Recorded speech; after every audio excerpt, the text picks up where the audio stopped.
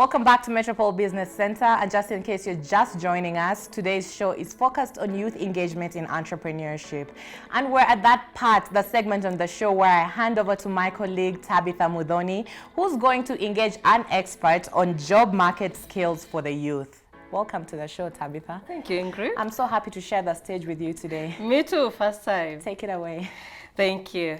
So today we are joined by Miss Mary Mombi, Director, Mentor Me Facilitators. Hi, Mary. Hi, Tabitha. How are you? Okay, great. Okay, now we have seen a lot that has happened with the Vox Pops that you've just had on air and our conversation that we've just had on how properly we can equip our youth. And lack of enough youth skills to equip and train them for the job market is quite really relevant in today's society and where we are headed when it comes to the future of work and for the youth. Probably let's start with where you see it, where you are at. Where can the youth start when it comes to equipping themselves? All right, thank you, Tabitha, for that. When it comes to the youth equipping themselves to take over the opportunities that are available, especially in the field of entrepreneurship, quite a number of things need to be done. First and foremost, we need to first accept the fact that the kind of education that we have takes us through, or rather prepares us for employment rather than taking over opportunities that are available there. So by the time these youths are clearing school, be it university, be it college, most of them are out there just ready to be employed, but not ready to think of how to take over some opportunities that could be around them. And some of them don't even recognize them. So when it comes to now offering the skills, or rather the mentorship that can help them, I normally try as much as possible to help them equip themselves with the relevant skills so that they can be able now to start thinking of how they can take opportunities other than tamarking every day, waiting for employment to come along their way. And we can see the unemployment rate in our country is so high, and we don't expect this to change anytime soon. Okay, great. So now we thought, yes, Mary? The other thing that is a problem that we need to really deal with as a society, we have these expectations, there's already these assumptions about the youth.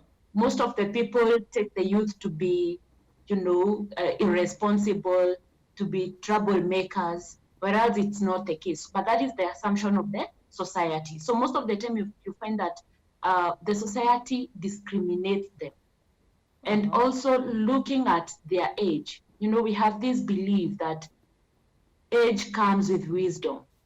So most of the time you'll find a young person who has really thought about his life or her life and has realized that they want to venture in a certain field. But the society wants them to take the employment route. And they tell them that if you go first, get employed so that you can be able to learn how to do things. So we don't believe that as young as they are, they can be able to take over some opportunities and do.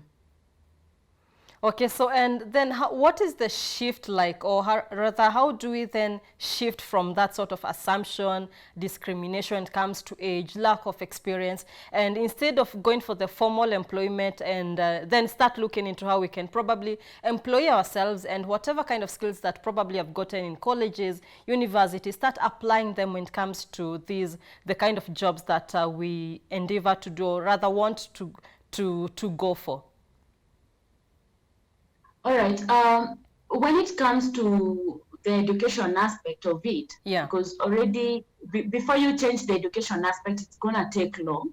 So as a society, we need to start thinking of other solutions. For example, the line of mentorship.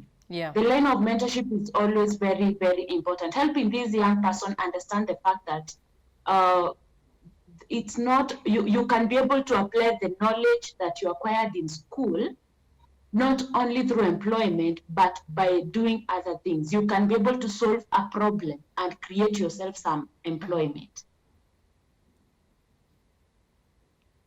Yes. So if they don't understand that aspect of try to see an opportunity somewhere.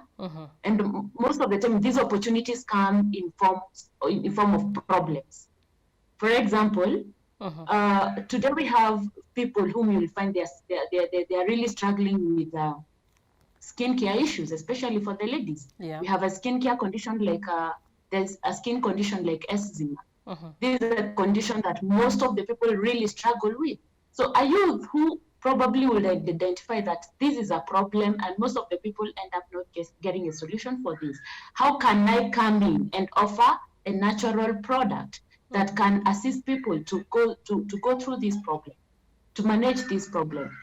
When they offer this solution to the society, the society will always embrace that person who comes with a solution. So that way, this person has already created an employment for themselves. Yeah. Or even when it comes to the youth who are engaging themselves in the clothes industry, you find that the plus size, sometimes they really suffer before they get clothes. So you realize that there is an opportunity. If I can start getting in that industry and then I seriously deal with only plus size as opposed to dealing with everything.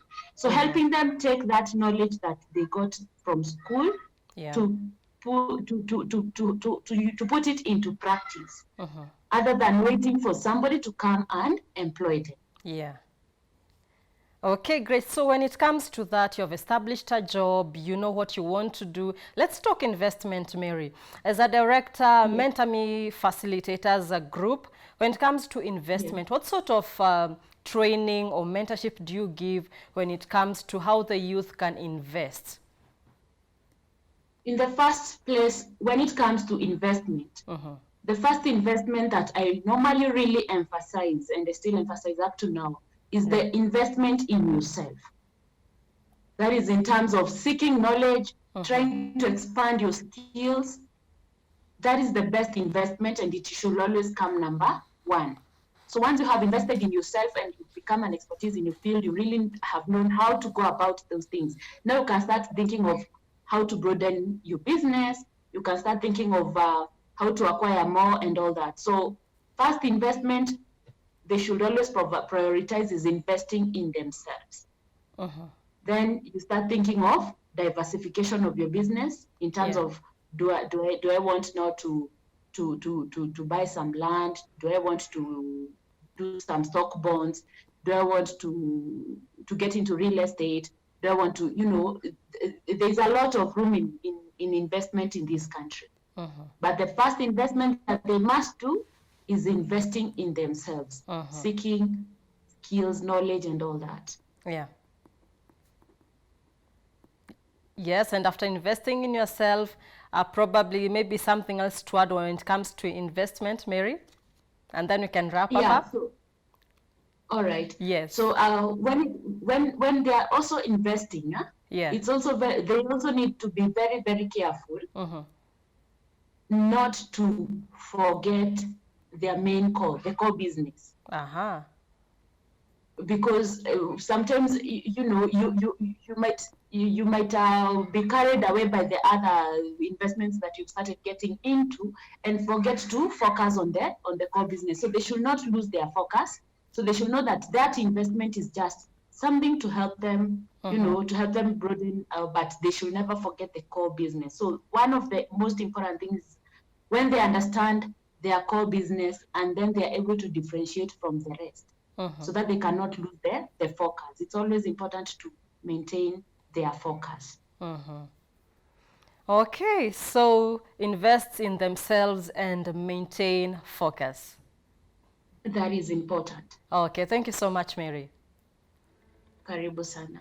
Okay, there I think Ingrid probably have gotten some nuggets from there. When it comes to youth, life skills, it's very important to invest in themselves or invest in yourself as a youth and also maintain focus. I actually think you've done a very brilliant job with this segment when it comes to actually now giving real, practical, tangible advice. I mean, we've been talking about the gaps as to why youth cannot get into entrepreneurship, where the challenges are, they're not getting enough incentives. So when it comes to giving real advice, mentorship, invest in yourself, I feel like this segment has really brought it home. Good job, Tabitha. Thank you, Ingrid. Unfortunately, that's all the time we had for Business Center this morning, but we'll be back tomorrow, same time, for a different theme. However, don't go anywhere. Keep it locked to Metropole TV. We have so much more amazing programming coming your way. I'm Ingrid Nantege. That was my colleague, Tabitha Mudhoni. Have a wonderful the rest of your day.